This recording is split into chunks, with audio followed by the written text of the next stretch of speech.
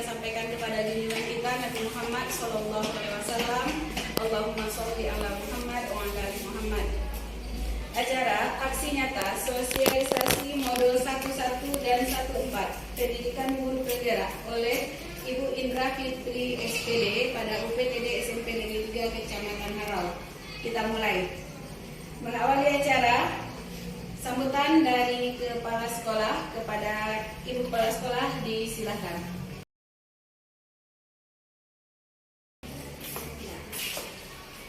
Assalamualaikum warahmatullahi wabarakatuh. Waalaikumsalam warahmatullahi wabarakatuh.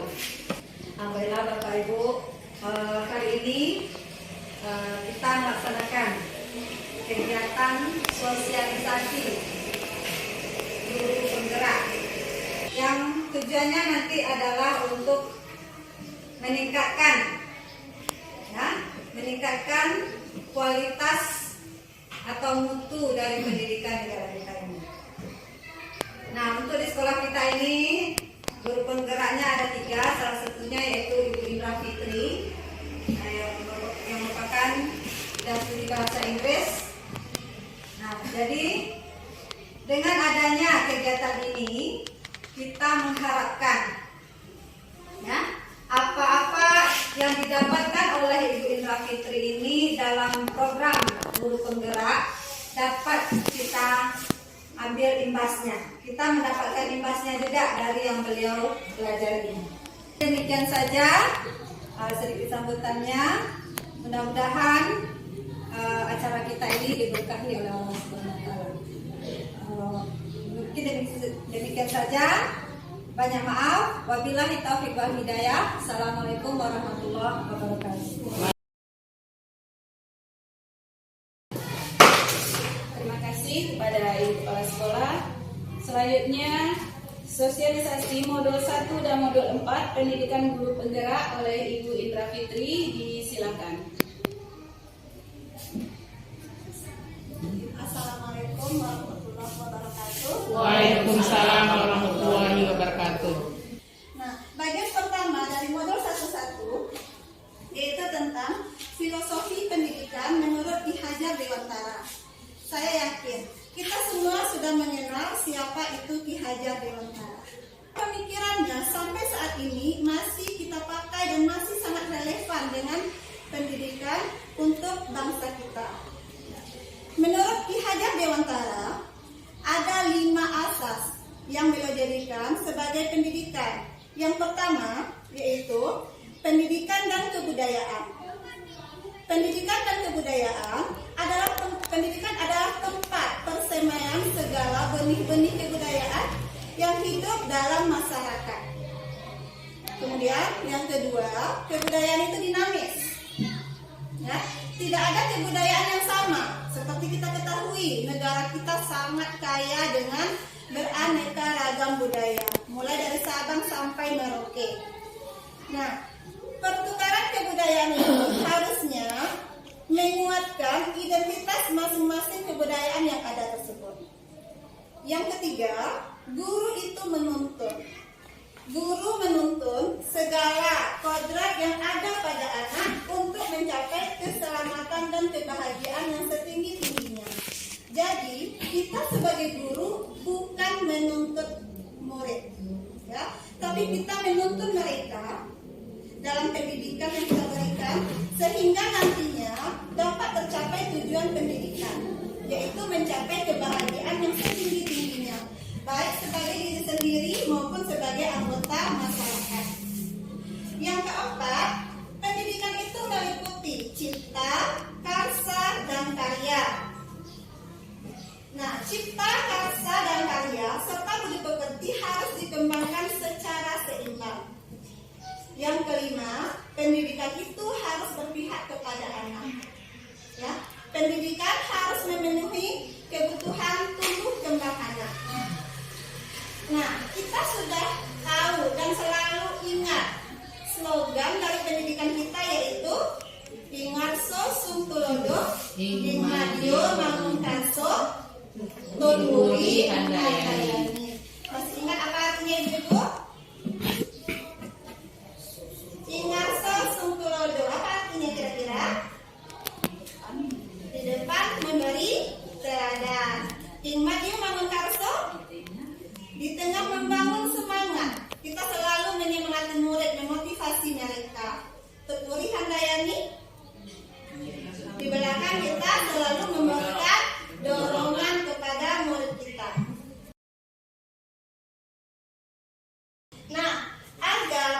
siswa kita memang dapat tumbuh mempunyai karakter yang seperti yang kita inginkan, maka di sekolah ini sebagai ladang tempat kita bercocok tanam menumbuhkan benih tadi, kita harus menerapkan budaya positif. Kita harus menciptakan suasana positif di sekolah. Positif itu baik secara psikologinya, baik secara fisik. Ya, secara psikologi kita harus menumbuhkan suasana yang positif, suasana yang saling menghormati, bergotong royong, menghargai, disiplin, cinta lingkungan. Itu termasuk suasana positif secara psikologi atau kejiwaannya. Sedangkan suasana positif dari segi fisik adalah lingkungan sekolah yang bersih, fasilitas yang mencukupi, kemudian juga harus ada peran serta dari masyarakat. Ya, masyarakat sebagai pendukung. Masyarakat adalah salah satu kekuatan kita untuk bisa mengembangkan sekolah. Apa saja konsep untuk kita bisa mengembangkan budaya positif tersebut? Ini dia. Ya. Ini adalah teori yang selama ini kita pelajari. Ya. Namanya teori kontrol, ya, lawan respon, stimulus respon. Ya. Dulu kita beranggapan kebutuhan setiap murid itu sama. Kemudian semua orang melihat suatu masalah dengan cara yang sama. Lalu kita sebagai guru berusaha mengubah agar murid itu memiliki pandangan yang sama dengan kita. Kemudian, bila ada siswa berperilaku buruk, langsung kita lihat sebagai suatu kesalahan. Nah, orang lain bisa mengontrol saya bisa mengontrol orang lain. Itu yang kita pikirkan dulu. Kemudian pemaksaan ada pada saat rujukan gagal. Kemudian ada lagi model berpikir menang kalah.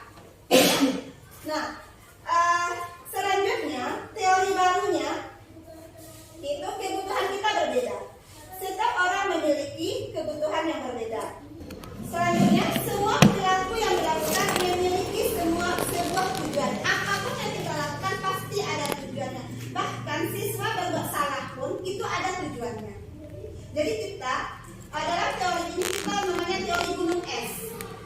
Bahwa suatu masalah itu muncul bukan kita lihat secara permukaan saja. Kita harus melihat apa yang ada di sebaliknya, di belakangnya. Misal ada siswa terlambat datang, kita langsung cap dia anak yang pemalas, tidak disiplin. Kita tidak pernah atau jarang mengkaji kenapa sih dia terlambat, ada apa di rumahnya. Mungkin di rumahnya tadi pagi ibu ayahnya bertengkar, lalu dia nggak menemukan seragamnya, belum digosok sama ibunya. Itu adalah masalah yang lebih besar daripada sekedar datang terlambat. Nah, kita sebagai guru selama ini, saya sendiri ya, belum melakukan hal tersebut karena kita selalu terburu waktu. Kita lagi ngajar, datang siswa terlambat kan? Kita maunya memprosesnya cepat agar selanjutnya langsung kita melanjutkan pelajaran yang sempat terhenti. Kemudian kita harus membuat nanti namanya keyakinan keras. Ya. Okay. Di sini ada 3 motivasi perilaku manusia yang menyebabkan dia melakukan sesuatu itu. Pertama, untuk menghindari ketidaknyamanan atau menghindari hukuman. Kemudian untuk mendapatkan imbalan. Nah, yang mendasari tujuan suatu perbuatan seperti yang disampaikan tadi, apapun yang dilakukan itu ada tujuannya. Nah, tujuan itu berdasarkan kebutuhan. Jadi kebutuhan manusia itu, kebutuhan dasarnya ada 5. Yang pertama, cinta dan kasih sayang. Ya, ini meliputi psikologisnya dan juga hubungan sosial. Yang kedua, kebutuhan untuk bertahan hidup. Yang ketiga, kebutuhan untuk kesenangan. Keempat, kebutuhan akan kebebasan. Yang kelima, kebutuhan untuk penguasaan, ya, atau pengakuan dari orang lain atas kemampuannya. Inilah yang mendasari apapun perilaku manusia didasari oleh untuk, ya, atau bertujuan untuk memenuhi salah satu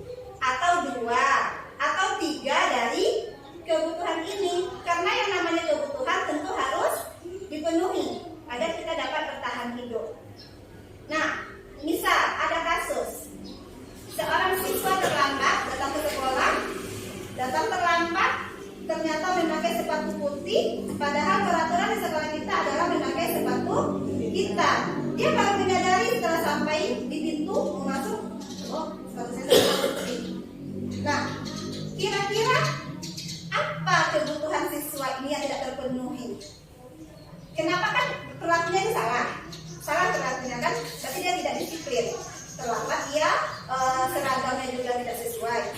Apa sih yang mendasarinya? Kebutuhan mana kira-kira yang tidak terpenuhi? Kalau menurut Bapak Ibu, kebutuhan mana yang tidak terpenuhi kira-kira? Bisa 1, bisa 2, bisa 3. Silakan, ada yang mau pendapat? Kebutuhan mana kira-kira yang tidak terpenuhi? Ya, Bu? Hubungan sosialnya mungkin. Hubungan sosial. Orang tua. Berarti kebutuhan akan cinta dan kasih sayang. Bisa jadi, mungkin seperti gambaran tadi, dia tidak mendapat perhatian di rumahnya. Iya, pergi sekolah, orang tuanya entah di mana, dia udah mau berangkat aja. Jadi orang tua tidak memperhatikan pakaian anaknya. Di budaya positif, kita akan memberikan namanya restitusi. Restitusi, ya. Kita tanya dulu, alasannya apa? Lalu nanti kita suruh dia yang mencari. Lalu sekarang bagaimana menurut kamu sebaiknya? Kita tawarkan, boleh juga bisa. Bisa nggak kamu telepon orang tuamu minta antarkan sepatu?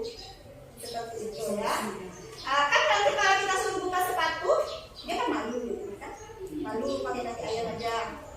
Jadi kita carikan solusinya nanti. Makanya dia disebut dengan win-win solution. Oke? Nah, jadi ini yang harus dipenuhi. Dan kita sebagai guru juga berusaha memenuhi kebutuhan ini. Mana yang bisa, misal kebutuhan akan kesenangan, maka saat belajar kita adakan permainan, kita adakan ice breaking, ya, sehingga siswa itu nggak bosan, ya, di dalam kelas tidak bosan, tidak merasa terbebani.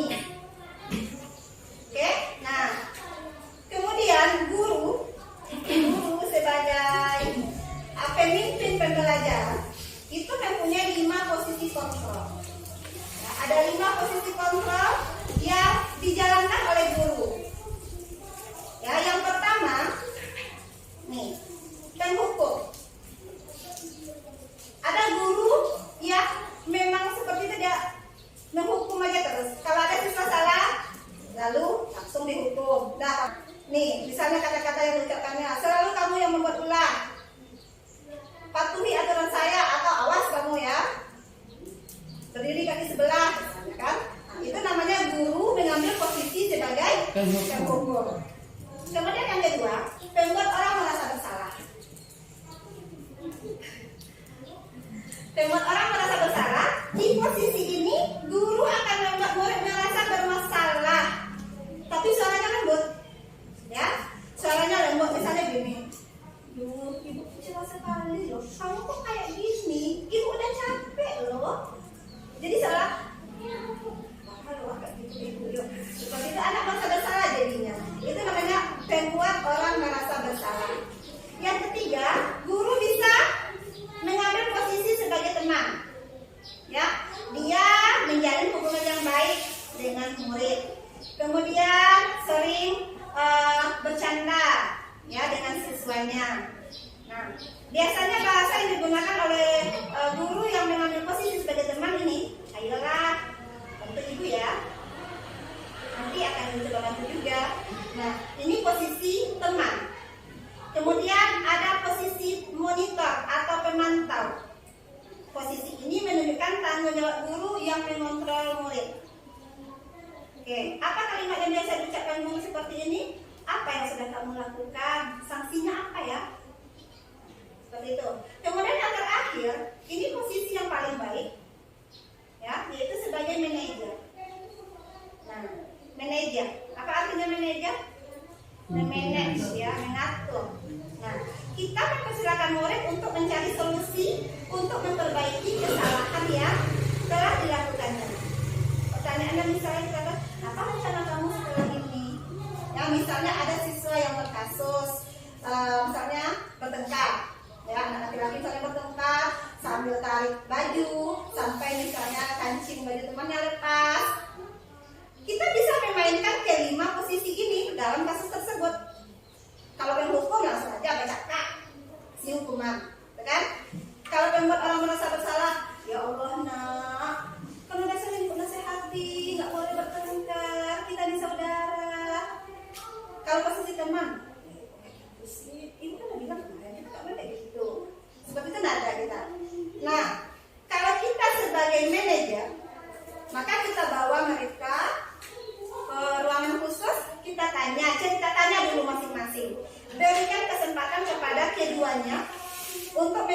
apa yang mereka rasakan, apa penyebabnya, lalu apa solusi yang diinginkan. Misalnya si Anto bajunya udah copot kancingnya. Lalu menurut kamu Anto, apa sebaiknya kita lakukan sekarang? Apa yang kamu inginkan? Saya mau Andi Bu memperbaiki kancing baju saya ini. Nanti kalau ibu saya tahu bisa marah. Ya kan Andi kamu bisa nggak jahit? Nggak bisa Bu. Terus bagaimana lagi solusinya? Mungkin Bu, Ibu Evi yang ngajar prakarya bisa ngajarin saya jahit ini Bu. Seperti itu solusi yang kita tawarkan kepada murid-murid tersebut. Jadi tidak langsung semua kesalahan dihukum. Tidak semua kesalahan itu dihukum langsung. Kita harus mainkan posisi kontrol kita ini. Nah, kemudian bagaimana sih agar siswa kita tersebut bisa memiliki profil pelajar Pancasila, atau bagaimana kita bisa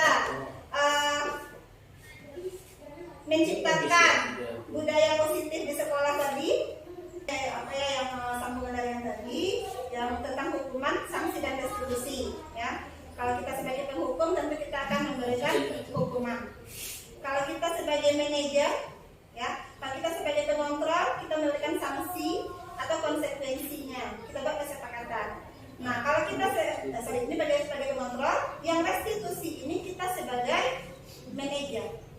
Ya, ada namanya segitiga restitusi yang harus kita laksanakan dalam menghadapi masalah. Ya, segitiga restitusi. Nah, pertama yang kita lakukan adalah yang ini menstabilkan identitas. Menstabilkan identitas itu kita bilang sama siswa. Setiap orang pasti pernah melakukan kesalahan. Misal ada siswa yang nyontek, maka kita bilang, tadi ibu lihat kamu nyontek, tapi bukan cuma kamu, ada 2-3 orang juga yang terlihat nyontek. Seperti itu kita kalimatnya, ya. Atau misalnya siswa tersebut seperti tadi pakai sepatu yang tidak seragam. Nah, bisa juga kita stabilkan dulu. Itu tidak pernah seperti itu dulu waktu masih usia kamu. Jadi dia tidak merasa bersalah, tidak merasa bersalah yang terlalu besar, maksudnya. Kita tidak boleh mematahkan siswa tersebut. Nah, langkah kedua yaitu validasi tindakan yang salah. Apa kalimat yang kita sampaikan? Kamu tentu punya alasan mengapa melakukan hal tersebut. Kita tanyakan dulu baik-baik. Tidak langsung kita vonis dia bersalah. Nah, atau kita tanyakan kenapa seperti ini, lalu kita bisa menganalisa, oh dia mau memenuhi kebutuhannya yang ini tadi. Nah, lalu kita tanya, adakah cara yang lebih efektif, cara yang lebih baik agar kamu tidak melakukan hal ini lagi, tapi keinginan kamu terhadap hal tersebut bisa terpenuhi. Nah, langkah terakhirnya yaitu menanyakan keyakinan. Nah, kalau kamu seperti itu, nilai-nilai apa yang sudah kamu langgar? Ya, nilai apa yang kamu langgar? Kemudian kamu mau menjadi seperti apa? Di segitiga restitusi ini harus kita laksanakan dalam menghadapi masalah yang terjadi pada siswa kita. Nah, nanti diharapkan kalau kita posisinya sebagai manajer sudah melakukan segitiga restitusi, jadi anak yang bersalah tadi, yang melakukan kesalahan, kita harapkan berikutnya dia tidak lagi melakukan kesalahan tersebut. Dia sudah mempunyai keyakinan dalam dirinya. Kita beri dia pengertian. Pertama tadi bahwa yang dilakukan itu salah. Kemudian kalau ada salah, kemudian apa cara memperbaiki kesalahan. Nah, dengan mengadakan segitiga restitusi ini secara terus-menerus, diharapkan karakter yang kita ingin tumbuhkan dalam diri anak itu dapat berkembang. Jadi mereka tidak menjalankan disiplin hanya karena ada guru yang memantapnya. Itu yang diharapkan, ya. Di sini restitusi bukan menyebut kesalahan, tapi belajar dari kesalahan. Nah, restitusi itu memperbaiki hubungan. Kalau ada 2 orang yang bertengkar, satu kita hukum karena kita yakin dia yang salah, satu temannya udah berdarah-darah, misalkan, ya ini tidak kenapa-kenapa, langsung kita hukum yang ini. Nah,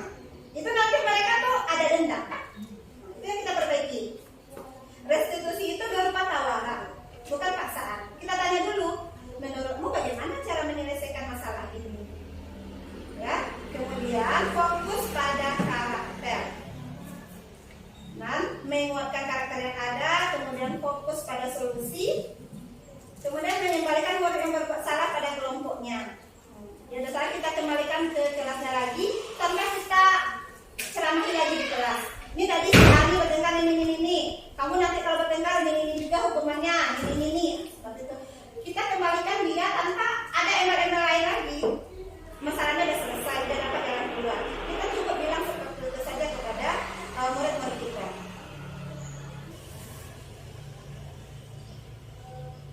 Nah, ini nanti tentang budaya positif. Budaya positif ini kita membuat keyakinan kelas namanya. Ya. Ini sudah kami lakukan, membuat keyakinan kelas. Pertama, kita terangkan dulu kepada siswa itu. Kita, apalagi ini semester baru ya, semester baru kita, tahun baru juga, bisa kita mulai langkah baru. Kita ada siswa kemarin kan banyak yang terbalapor karena nilainya tidak tuntas. Lalu selanjutnya kita tanya apakah masih ingin seperti ini? Tentu jawabannya tidak, semuanya ingin sukses. Nah, untuk sukses itu, apa yang kita yakini akan bisa membuat kita sukses?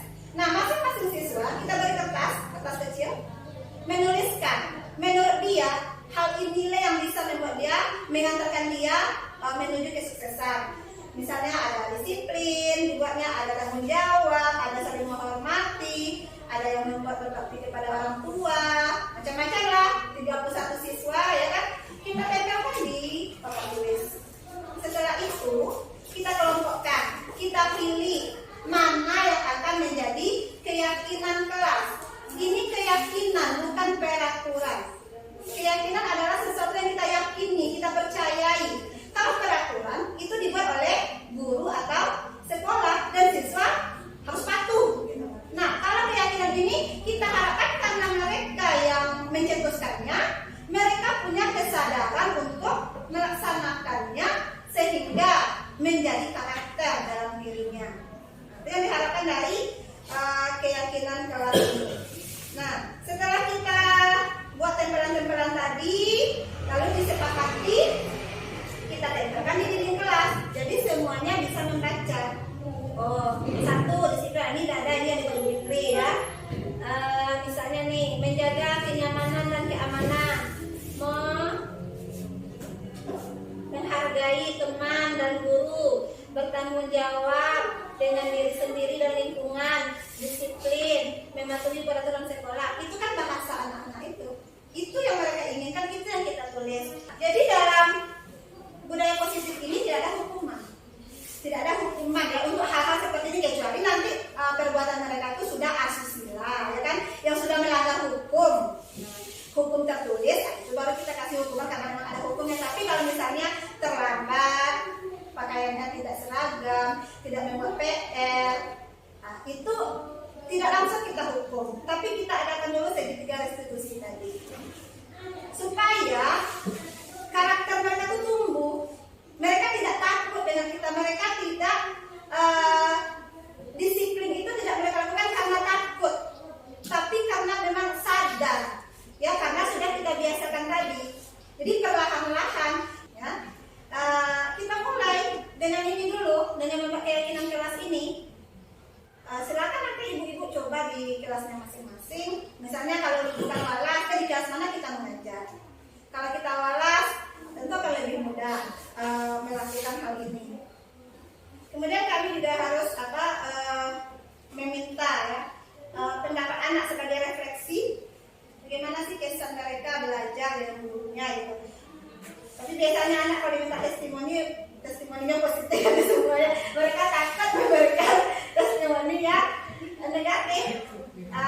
Biasanya saya kalau di akhir semester ya begitu, atau di akhir tahun.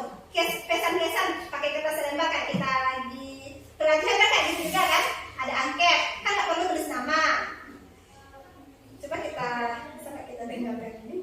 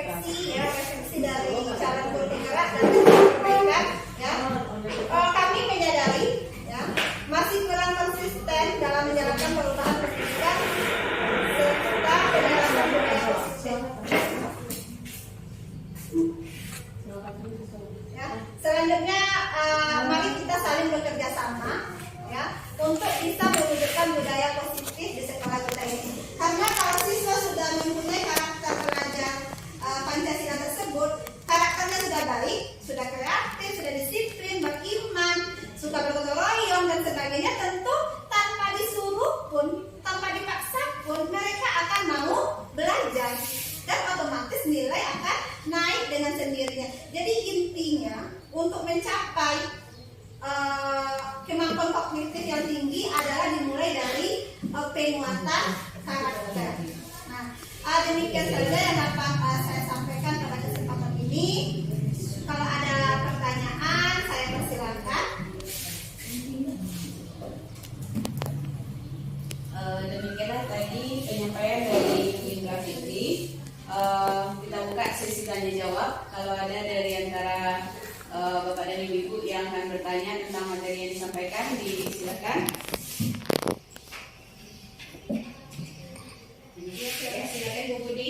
Assalamualaikum warahmatullahi wabarakatuh. Waalaikumsalam warahmatullahi wabarakatuh.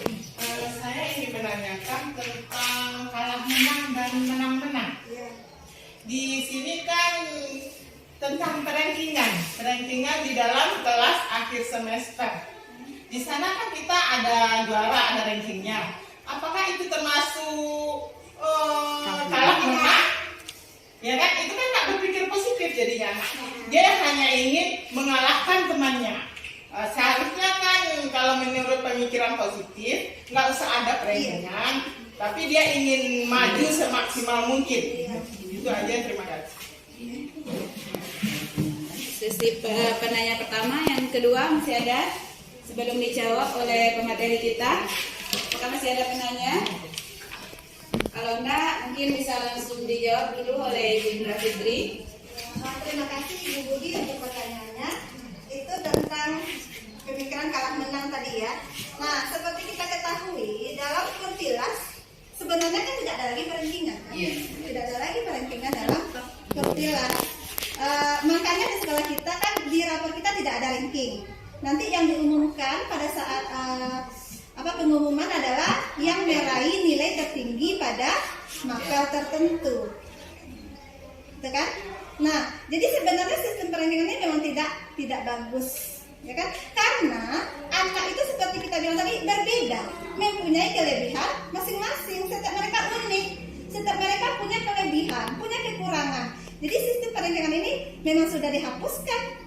Kan di rapor anak kita tak ada lagi Bu Budi, ya kan? Ya, tapi kebanyakan kita juga masih nanya, ranking berapa sih anaknya? Belum, ya ini. Iya, gitu kan? iya. Kalau menurut saya emang udah lama saya tidak mengatakan, ranking berapa? Enggak, enggak dapat ranking. Enggak, cuma kan keinginan dari pemerintah emang dari dulu kita nggak ada, tapi tetap aja kita di dalam kelas, kamu siapa juaranya Bu? Ini dibacain. Seharusnya kalau emang ya enggak, ya udah jangan gitu ya. Paradigma itu yang harus kita rubah. Paradigma itu, cara berpikir seperti itu yang harus kita rubah. Selama ini kan memang begitu. Yang jadi si B atau si B yang ranking 26 itu udah merasa minder aja jadinya kan, udah merasa minder awal ranking 26. Padahal mungkin dia punya kelebihan yang lain yang belum tergali oleh kita. Jadi ya, karena dari kita kecil, sekarang kita udah jadi orang tua, sistem ranking. Pas udah terima rapor, ada FB udah rame kan dengan posting-postingan. Anakku ranking, alhamdulillah gitu kan. Nah kita lah sebagai guru ya, kita yang paham. Jangan kita ikut-ikutan pula memposting hal tersebut. Anak kita habis terima rapor, alhamdulillah, ya kakak masih bertahan di juara 1. Itu kan postingan. Nah kita lah yang memulainya.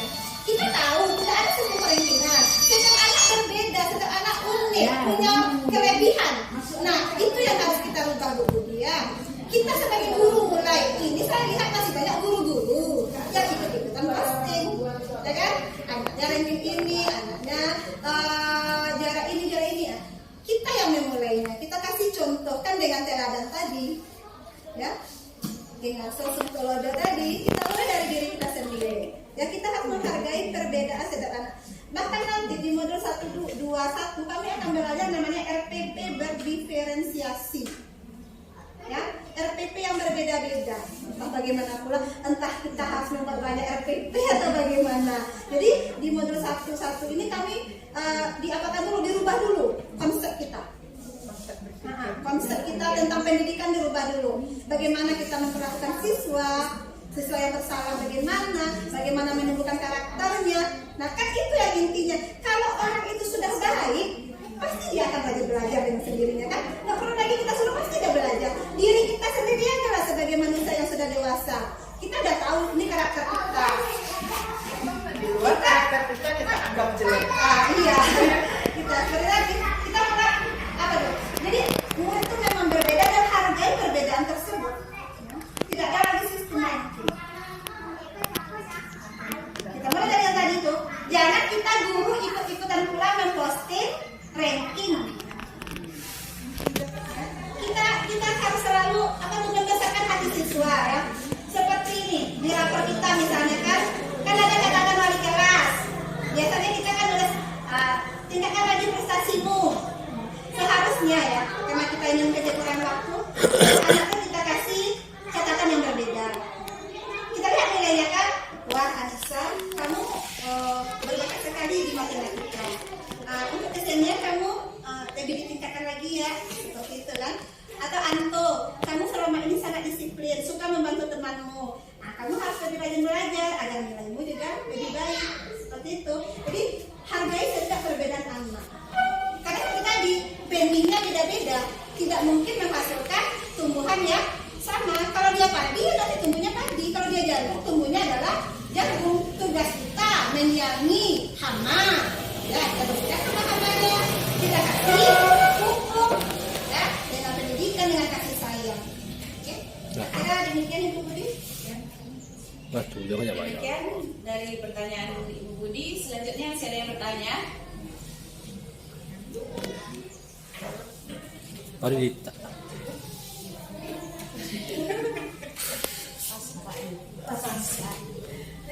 Oke. Nah, karena sepertinya penjelasan yang disampaikan oleh Bu Indra sudah sangat jelas ya, sehingga dapat dipahami bersama.